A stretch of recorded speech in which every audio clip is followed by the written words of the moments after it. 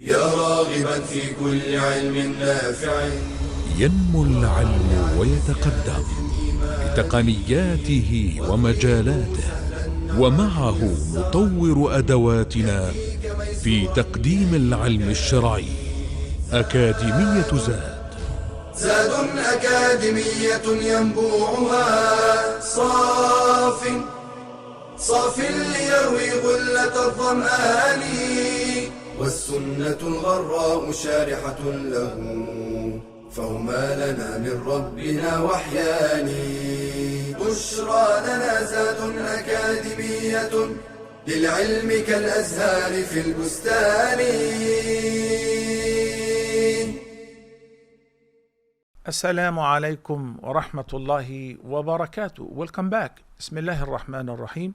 Alhamdulillah wa salatu wa salamu ala nabiyhi wa mustafa wa ba'd. My dear students, welcome to the 21st episode in the fourth level of the prophetic noble Hadith, where inshallah we're going to study Hadith number 18 in this level. Hadith number 18 is narrated by Abdullah ibn Abbas. May Allah be pleased with him and his father, whom we learned about his biography a few episodes back. He narrated that the Messenger of Allah, may Allah's peace and blessings and salutations be upon him, cursed men who imitate women and cursed women who imitate men. And this is a sound hadith collected by Imam Bukhari. So let's begin with defining the term curse or la'an. Because he said, la'ana Rasulullah. Does the Messenger of Allah have the capacity of cursing? And what does it mean to curse? And is it permissible for us to curse as well? Curse in this context, using the word la'ana, is different than the curse of insults and being verbally abusive. La'ana is an invocation to ask Allah to expel somebody out of His mercy, or to cast out somebody out of Allah's mercy. But when he says la'ana Rasulullah, that means Allah the Almighty has already informed His Messenger sallallahu alaihi wasallam that He will deprive the following individual or individuals out of His mercy. They are outcast. When Allah subhanahu wa ta'ala says, يا أيها الذين آمنوا اتقوا الله وذروا ما بقي من الربا إن كنتم مؤمنين فإن لم تفعلوا فأذنوا بحرب من الله ورسوله. So there Allah the Almighty said, if you don't avoid riba after what you heard from Allah, then Allah and His Messenger will declare war against you. What does it mean to fight against Allah? There comes the hadith, لعن الله الربا آكله ومؤكله وكاتبه. May Allah curse. Allah has already cursed usury. And those who deal with usury, the one who pays, the one who charges, the witnesses, the clerk, the accountant, everyone who deals with interest. Subhanallah.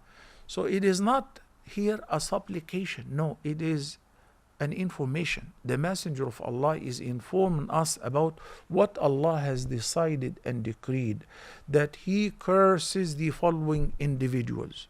He cursed and He decided the following people will be deprived from His mercy on the Day of Judgment, outcast out of His rahmah. Subhanallah. Who are they?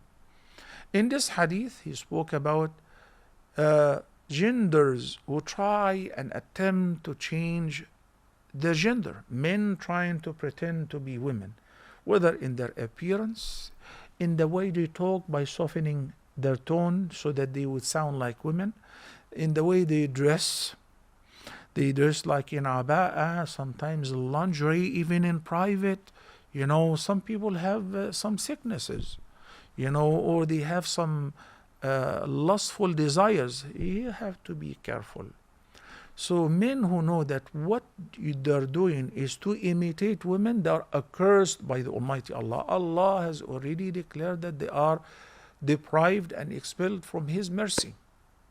The hadith is informing us about that. Likewise, women who pretend to be like men in their sports, lifting weight, showing their muscles, wearing short shorts and lifting weight, or in wrestling, or deepening their voice pretending to be men, or undergoing certain operations to be like men, to change their gender.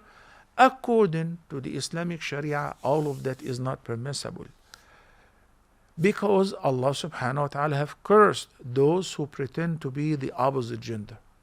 When Allah created man with certain chromosomes, with certain private parts, reproductive system, and He created him for a purpose, he should fulfill this purpose. He made him in charge of his wife, then the whole family, he should shoulder his responsibility. But when a man pretends to be like a woman, in the way he speaks, in the way he acts, in the way he dresses, in the way he deals with people deliberately, then he is accursed according to the Hadith. What do you mean deliberately? Some people were raised in a very fancy lifestyle, so when they speak, you think, what is this? Are they spoiled? Yes, they are spoiled, but they don't mean to behave like girls. They don't want to act like girls, but that should be corrected. Their behavior, their attitude should be addressed, and they should understand that men should act like men. Women should appear, speak, and act like women, and so on. When a man wears a bracelet, a necklace, an earring, a nose ring, what is this? This is zina, adornment. For whom? For women. The one who wears an earring is a woman. A bracelet, a woman. A necklace is a woman. Nose piercing, if we say it is lawful according to the practice which is common in some cultures, if it is okay for them, for women, then men are not allowed to have their noses pierced and their navel and belly button. None of that is permissible. So pretending to be the opposite gender is haram in Islam, is forbidden. Pretending to behave like the opposite gender is not permissible in Islam. Can a man wear aba'ah? Can a man wear a skirt like women? Wear bras? Any of that? Of course not. Even if it is just simply a role in a play, acting in a series, absolutely forbidden. In privacy between a man and a woman, role playing, that too is not permissible. And whoever does so, according to the Hadith, like, is there a difference of opinion here or different schools of thoughts? No. The Hadith is very straightforward. The hukm is very explicit, doesn't need any further explanation. There is no ambiguity in the Hadith. So it is not permissible also for women to imitate men. And whoever does so will be cursed by Allah subhanahu wa ta'ala. What is required of each gender is to act in accordance with their own nature, to be content with the way that Allah the Almighty has created them, and to adhere to the role for which Allah the Almighty have created, and it suits them according to the creation of Allah subhanahu wa ta'ala. I'd like to add here, brothers and sisters, some people are born as hermaphrodite, with the two genitals, male and female genitals. What do we do about that? The fuqaha said we wait until they grow up, and to whichever gender they are, the doctors will determine by testing their hormones and their chromosomes and their tendencies. And if they look more like a male, they have tendency, so they will undergo a surgery to be like a full male or a full female, and so on. But a person who's born as a male should not change their gender. A person who's born as a female should not mess with their hormones, mess with the cosmetic surgeries in order to change their gender. Besides that, I would like to discuss some of the modern days forms of imitation of the opposite gender. Unfortunately, you see some men plucking their eyebrows or shaving them and reshaping them. even though the hadith of لَعَنَ اللَّهُ النَّامِصَةَ وَالْمُتَنَمِّصَةَ applies to both men and women, but it is mentioned in the feminine context because it is more common in women. But if men do it, it's haram. Then it is double haram because of the imitation of women. Wearing a wig to look like a female, men wearing lipstick and makeup, subhanallah, girls wearing what normally appears like men's clothes, his thobe or pair of pants and a kufi. Why would a woman wear a kufi? You know? Whether this is happening in the real life or a role playing in a play, in a show, or to make people laugh, that is not permissible. Obviously, the worst form of imitation is undergoing surgery in order to change one's gender, and that is not permissible whatsoever in Islam. And with regards to the matters that men and women have in common, they may be divided into three categories. The first category is clothing. Some clothing which are worn by men and women, eunuchs. It doesn't really appear like a aba'a or a thawb, and they're wearing this at home, no problem. Okay? Men and women wear socks, wear gloves, wear scarves around their neck, no problem. Coats in winter, which is eunuchs, no problem. The second category is related to the things which are only for men to wear. And if women were to wear it, it will be an imitation, and that is haram.